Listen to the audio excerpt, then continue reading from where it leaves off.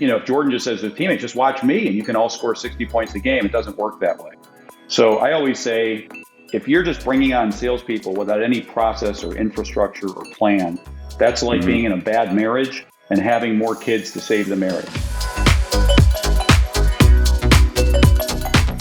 Hey, ladies and gentlemen, welcome to another episode of Eepiphanni Off the Cuff. Hope you guys are having a great time out there. I hope you guys have been checking out some of our latest episodes. This season 2 has been absolutely amazing. Now, today, I'm joined, of course, by my co-host, Hazel. Hey, Hazel, how are you? Doing good. How are you? I'm doing great. I'm looking forward to springtime starting to get in the air over here. I know it's always like springtime plus where you are, right? Today in our studio, our virtual studio, we are welcoming Todd. Todd, how are you today? I am good, Rick. How are you? Thank you for having me. Oh, absolutely. Absolutely. Glad to have you on the show. Todd and I met late last year through LinkedIn networking. It actually works. We had a couple of meals together and had some great conversations. Todd's just wonderful to talk to. If you ever get a chance to sit down and network with him, I highly recommend doing that. So Todd's expertise is in sales. He's your, why don't you go ahead and explain in your words, Todd? Sure. What I like to start off by saying is that I really help business owners get their lives back. And we can talk a little bit more about that because at the end of the day, I'm trying to help businesses that are business owners are stressed and anxious and sometimes feel like they're without hope because they've hit a wall in trying to scale their business growth and trying to figure out how to take what's in their head and kind of turn it into a sales motion.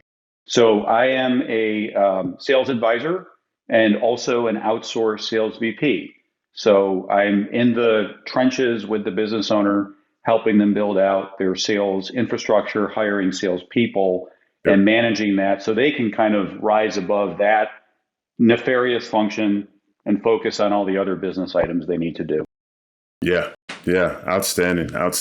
Looking forward to getting into that a little bit more and hearing your backstory, where you've come from and then, how you got into the entrepreneurial world and then, that impact that you're making and hope to make. It's, whenever we get into a new business, we've got a great vision of how we're gonna do things. And, so we certainly want to hear your story. And then I guess lastly, some really key takeaways, things that we can think about, as we're looking to scale our businesses, as we're looking to get unstuck and take some of that pressure off of running companies. Oh my goodness, right? Absolutely. So let's start. Let's just dig right into it. So where'd you come from? How did you get into this space? I mean, this is something that I don't run into a lot of people that do. So what even brought you here? Yeah, so I've been in sales management for over 25 years. Helping companies in terms of managing their sales teams, whether it's national or global, and helping them experience very rapid and high growth. And I did that corporately for years and always on the road, always kind of collecting those Delta miles and those Marriott points and really enjoyed it. And then I have 2 children who are 14 and 12, Dylan and Presley. And when they were younger, Dad was always on the road, kind of missing the first home run, missing the recital and all the good stuff. And I just got to a point where I made a personal decision that all that traveling, all that global travel was too much and I wanted to be around. So I thought to myself, well, how can I do that while still doing what I have a passion for, which is helping small to mid-sized companies grow? So I decided that I would focus my business on helping clients. Most of them are in the Atlanta area. Rick and I are both in Atlanta. He was talking about spring weather, although Rick, it's supposed to turn cold, snowy, and icy overnight. So we're not quite out of it yet. But anyway. I saw that. Oh, goodness. I know. We're not quite there. But so my focus is on Atlanta-based small to mid-sized businesses and helping business owners grow. That being said, I do have national clients as well, but I've really been able to reduce my travel. And so that's how I got into it. And I also enjoy coming in and helping a business. And I like having multiple clients doing that with them. So this sort of fractional, you hear of fractional resources these days, fractional CFOs, fractional HR consultants. I'm doing that just on the sales side, and it allows a company to get someone with my experience, all those years of experience, without having to pay for a full-time, fully loaded executive. Yeah. Yeah. Good stuff. Good stuff. It's so amazing how technology has evolved all throughout the sales management of all corporations. And I would assume that, since 2020, a lot of companies has been more flexible with expanding their horizons sales wise. So give me your Mhm. take on this. Let's hone in on this evolution. How has and will sales management continue to evolve this 2022 in a post-pandemic setting, considering how much office landscape has changed since 2020? Yeah, that's a great question, Hazel. So I think we're seeing the effect of that on two parts of effectively running a good sales function. The first would be um, how to actually manage a sales team with everybody remote. Um, Often before the pandemic, you would have a regional team that could come into the office and you get to see them and kind of get a sense of what they're doing. Now you have to manage your team remotely, Mhm. and that requires a really strong set of fundamental sales management skills. Having a sales process in place that's not just reliant on kind of water cooler talk and that kind of thing. So you have to really Mhm. have a strong discipline, putting in a CRM and using it effectively so that there's no questions about reporting. That can all be done in a real time dashboard. So a lot of small to mid-sized business owners don't have that kind of infrastructure in place. And then the Mhm. management of the sales team is a skill in and of itself. And those are the kinds of things I help my clients with. The second aspect of it is actually how to be an effective salesperson remotely. I don't think everybody has a different view on things coming back to normal, but I think we would all agree that whatever that looks like, it'll never quite be back to what it was. And we're seeing more hybrid situations where sometimes you're in the office, a lot of times you're still remote. And if you think about kind of the classic salesperson over the years, you always have that image of the salesperson flying out to a meeting, taking the client out to dinner or golf or some kind of event and building that relationship. Well, now the salesperson says, I'd love to come out and take your team out to dinner. And there might be one person in the office and everyone else is working out of their home. So, how Mhm. do you now effectively build that relationship virtually? And I think what you're seeing is there's a lot of relationship sellers who erred a little bit more on the side of the relationship. You need to have that balance of relationship building, but also strong fundamental process. More than ever, if I can't build that with you in person, I need to have a solid sales process to bring value to the client, to understand their buying decision, and to be effective for my company, so that I don't need to be in person necessarily to be an effective seller. Oh wow, good stuff. You put a lot of I guess points in there. One of the things that popped out to me, you talked about CRM systems, and so I don't know if everyone knows what the CRM system is or the value of it or how to get value out of it. I mean, we get a lot of software thrown at us, and sometimes it's really difficult to really wade through and figure out what the best solution is going to be. But on the other end of that spectrum, once we've purchased it, you're really understanding how to get the most value out of it. So with CRM systems, I mean, what's your take and what's your recommendation? Not necessarily on a particular brand, but how to go about that purchase and how to get that value out of it. That's right. So, yeah, the CRM for small to mid-sized business owners is sort of often it's an absolutely new concept. They might be tracking clients and prospects in a paper form, a Rolodex. They might have a spreadsheet, which is everybody's favorite database, right? Excel. But a CRM is something that allows more of a automated way and an efficient way to track all your contacts, but also to categorize them into various segments of where you might be in terms of marketing and sales. So, for example, Mm-hmm. I would be able to say, okay, I just had an introductory conversation with this person at this company, and I can put them in a certain stage of a sales process versus, okay, here's somebody that's ready to make a buying decision, and they're comparing my solution to two others. That's a different stage. So, when you start to put your information into a CRM, and you actually have a sales process tied into that, then it becomes an automated way eventually to be able to just look at your entire sales pipeline, understand in real time where it is. And as a business owner, you're always thinking, how is my revenue looking for the business over the next year, over the next couple of years? I have an instant view of that instead of having to get everybody all together and start, figuring it out. The most common, I mean, in terms of CRMs, everyone's heard of Salesforce, but sometimes Mm-hmm. small business owners are looking for something that's less expensive and easier to get into. And there are a lot of CRMs, Pipedrive, and some people use HubSpot.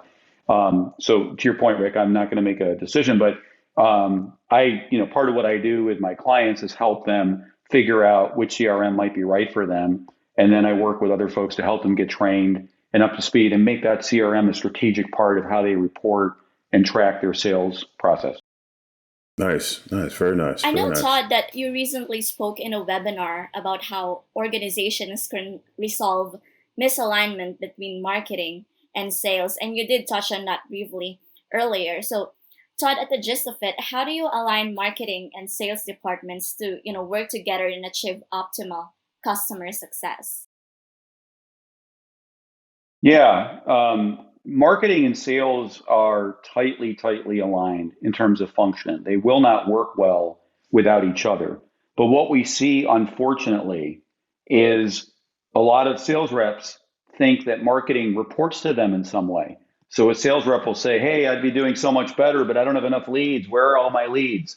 And the Mm-hmm. marketing department will say, "What are you talking about? I just gave you all these leads and you haven't effectively worked them." And it becomes a very adversarial relationship. And the idea is to get marketing and sales working together because marketing is really a broad messaging to a larger market to attract what I'll call suspects, which Mm-hmm. is possible interested parties that may not be ready to talk to a sales rep, but they want to maybe read a blog or they want to consume information on your website.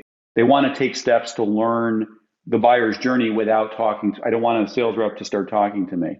The Yeah. sales has a different function, which is more of a sniper approach, which is I'm really targeting very specific buyers, very specific companies, and I'm going to have a very specific reach out. But then there's that handshake between marketing when they start to warm a suspect to when it becomes what I'll call a prospect, which is Mm-hmm. somebody who is interested in taking next steps and understanding how does your product and service work? What does it cost? I'd like to talk to you, maybe have a demonstration, whatever that is.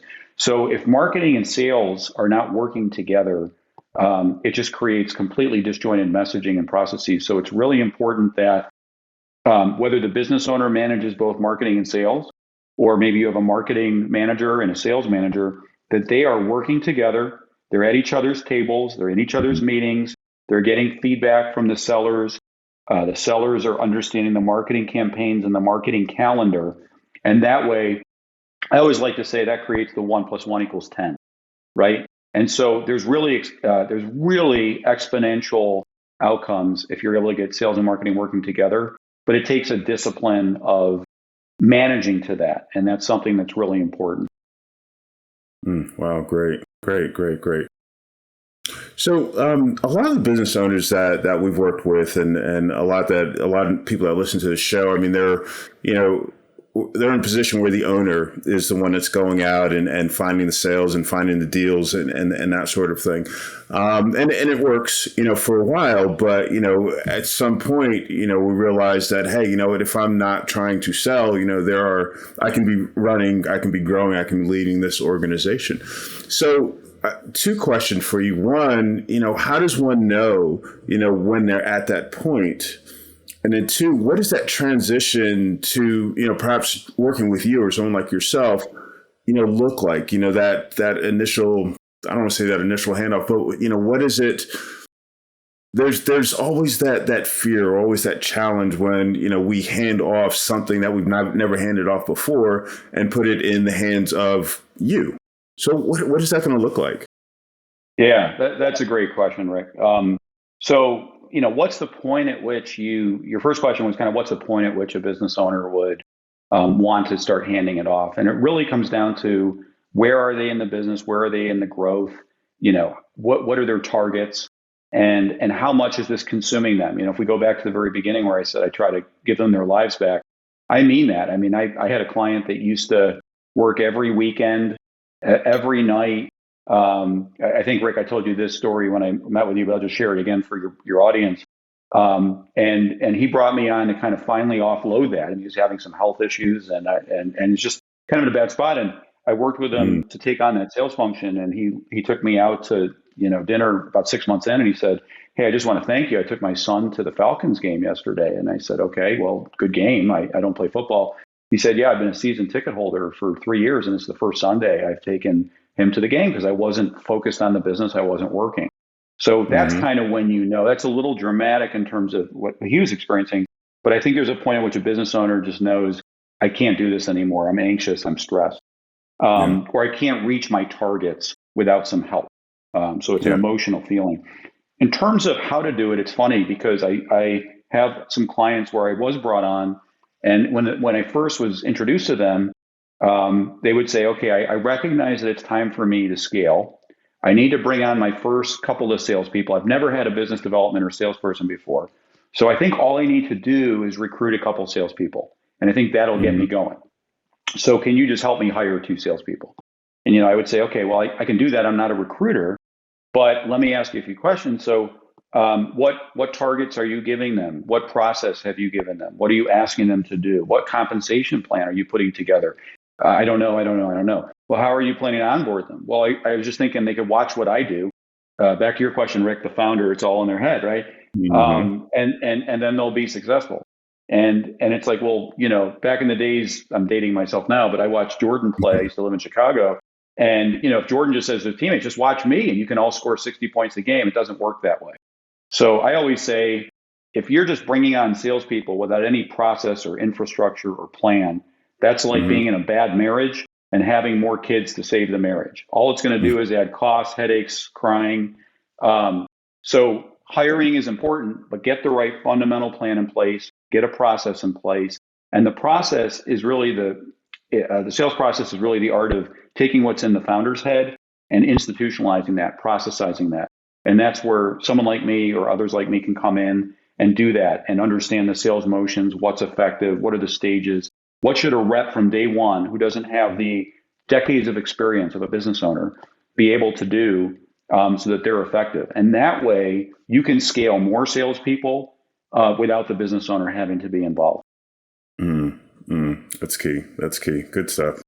And then the managing of those reps. So once they're in and you've got a process in place, how do you hold them accountable? How do you know if they're successful? Another common thing I hear, and I'm sure you hear this too, is I'm struggling to figure out how to manage my sales team. They seem very busy. They're always busy and very active. And it's kind of like, well, no real compensation plan ever pays on the number of meetings or productive meetings. It's always based on sales. So salespeople by nature are very good at selling themselves as to why they're always busy and why the next big deal is right around the corner. So you need to be able to manage them to a process so you can effectively kind of filter through all that stuff.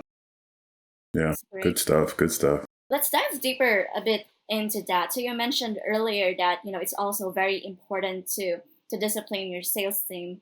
So how do you help your sales department, your sales team, give themselves permission to excel in sales communications and make it so that they are performing at their maximum level with retention, results, and accountability? Yeah, I think it's a number of things.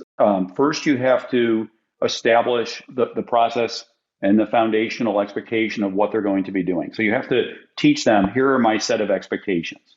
And this is what I need all of you to do to be successful. This is why I'm putting this in place. It's so that you can all be successful and help the company grow and make money yourselves.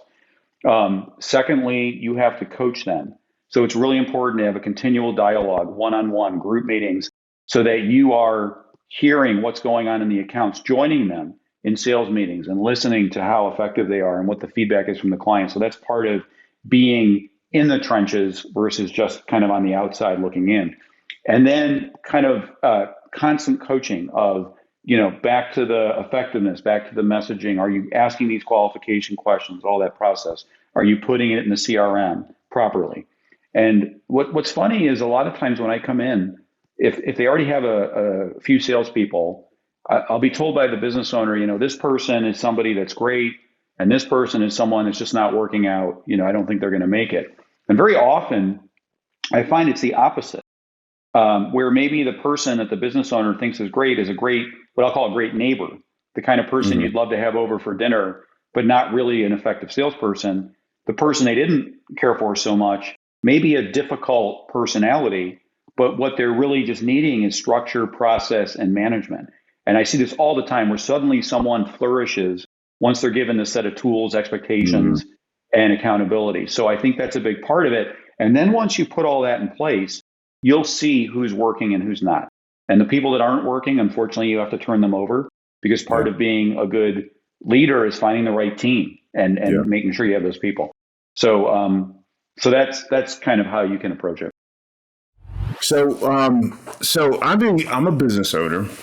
Business owners in general are typically people that go out and do stuff. They've got a great product. They're great at bringing it to market. Engineer, architect. Someone like that. And they've been doing business. For quite a long time. Of course, we have on the other end of the spectrum people that are really great at selling stuff. And so for the business owners that are, I guess what we might call doers, they get to a point, they've grown their firm. They get to a point where they're like, hey, you know what? I need to bring in a salesperson. I need to figure out, what that next stage is going to look like. Are there recommendations you might make in terms of,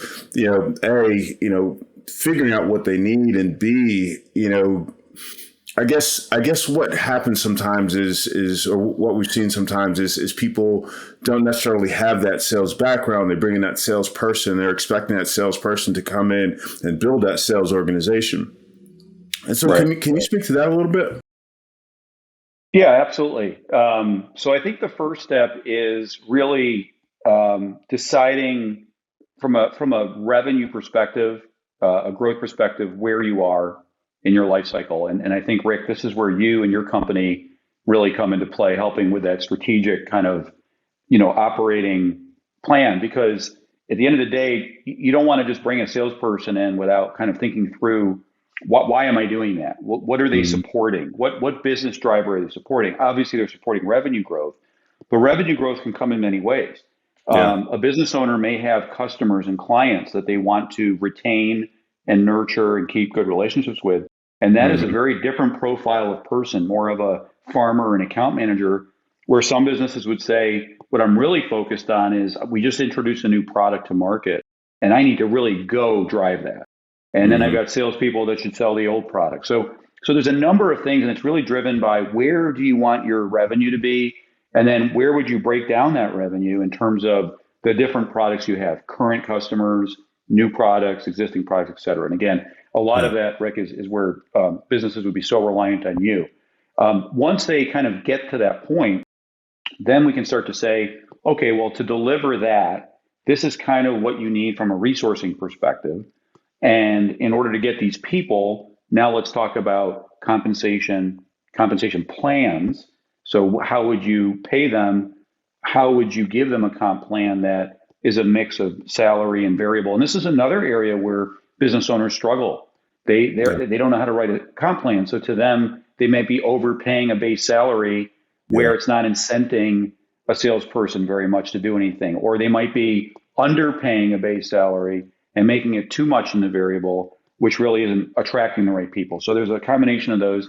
And then, like we said earlier, once you get those people in place, managing them, all of the things we talked about a little bit earlier, making sure they're following the sales process, we're forecasting properly, and that we're effective in our meetings with prospects and clients.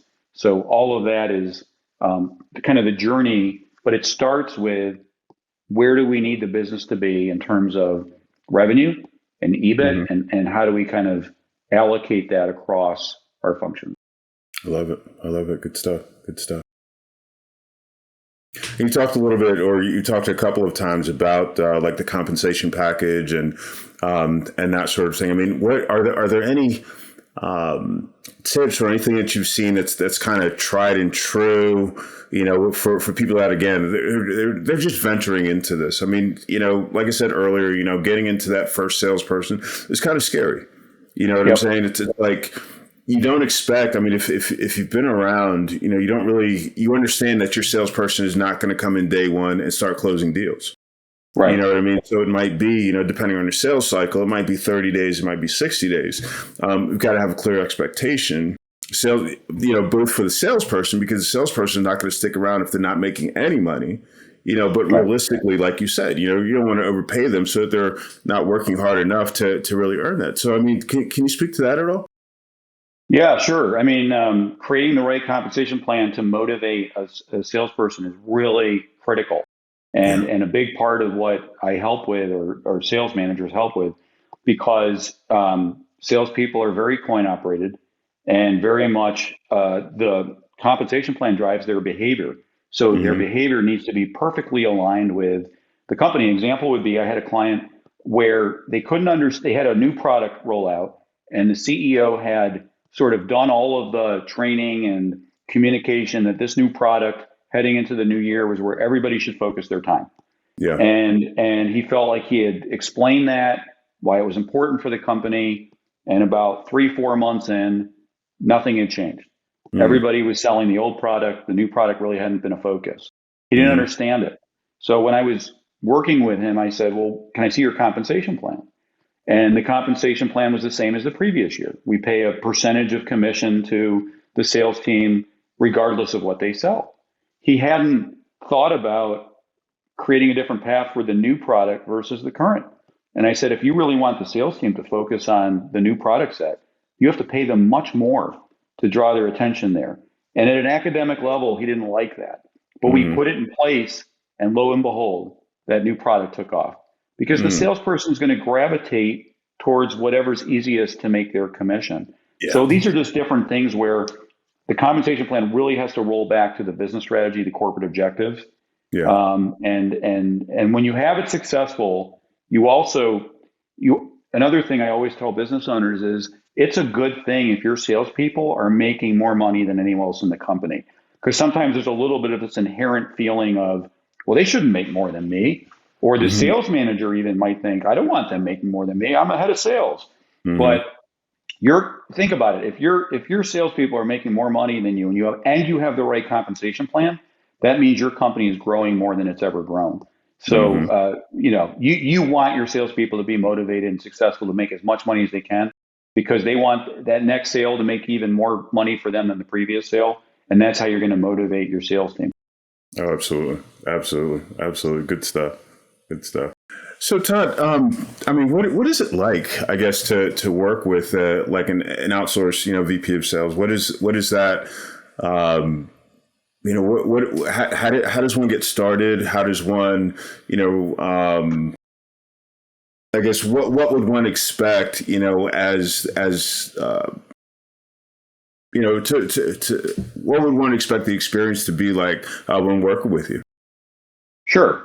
Um, yeah. So I think what we see is uh, very quickly to the company that we work with, it doesn't feel any different than when they have a full-time sales VP, other than really just pure number of hours. So the sales team very quickly realizes that, oh, this is my manager. These are the expectations. He or she has hiring and firing authority. Mm-hmm. So it feels very much to them. And typically when I engage with a company on an outsourced VP of sales project, I'm part of the leadership team. So I'm part of any executive meetings with, marketing and product, and to our conversation earlier about kind of making sure these different groups and functions are working together in harmony. Mm-hmm. So it's very, early on, sometimes people think, well, could you come in and be successful on a fractional level? Do we need a full-time person? Yeah. And I always say, well, how many hours a week are you 100% dedicated to managing the sales process today? And it's usually a couple, maybe. That's a good And point. so it's like, so you're going to get exponentially more than that out of me by coming in, and so it feels very much. And then what they start to see, and I think Rick, you made this point earlier about the results don't come overnight. Yeah. I wish they did. It's a little. I always kind of joke, if I need to lose 100 pounds at the gym, and I go to the gym for a week or two, and I weigh myself, and I go, what the heck? I've been working out. It's like, well, you got to stick with it. That's why there's personal trainers, right? That's where there's people that stay with you. It's a discipline. So it'll take a little bit of time to get the sales numbers going, but you'll start to see results right away, whether it's the sales process or the CRM or hiring better salespeople. So right away, you're going to start to see the benefit of working with an outsourced leader. And a lot of times people aren't sure if it's for them or not. And I always say, take my free sales agility assessment. And I think you can provide a link to that. But I always have in my email just a free link to an agility assessment. It's 10 questions, just asking you about your state of sales at your business today. And it'll help you determine, it'll give you a rating at the end and determine whether or not you might be a good candidate for a conversation with someone like myself. Absolutely. Absolutely. So if you had a word of advice or a few words of advice that you would give to, let's call it an emerging company, they're not, their sales performance isn't, quite where they want it to be. They're looking at, getting to those next levels of growth. Are there some words of wisdom you might provide? Yes, I would. I would say don't despair. It can be overwhelming as a business owner to even sometimes when you're growing fast, it's even more overwhelming.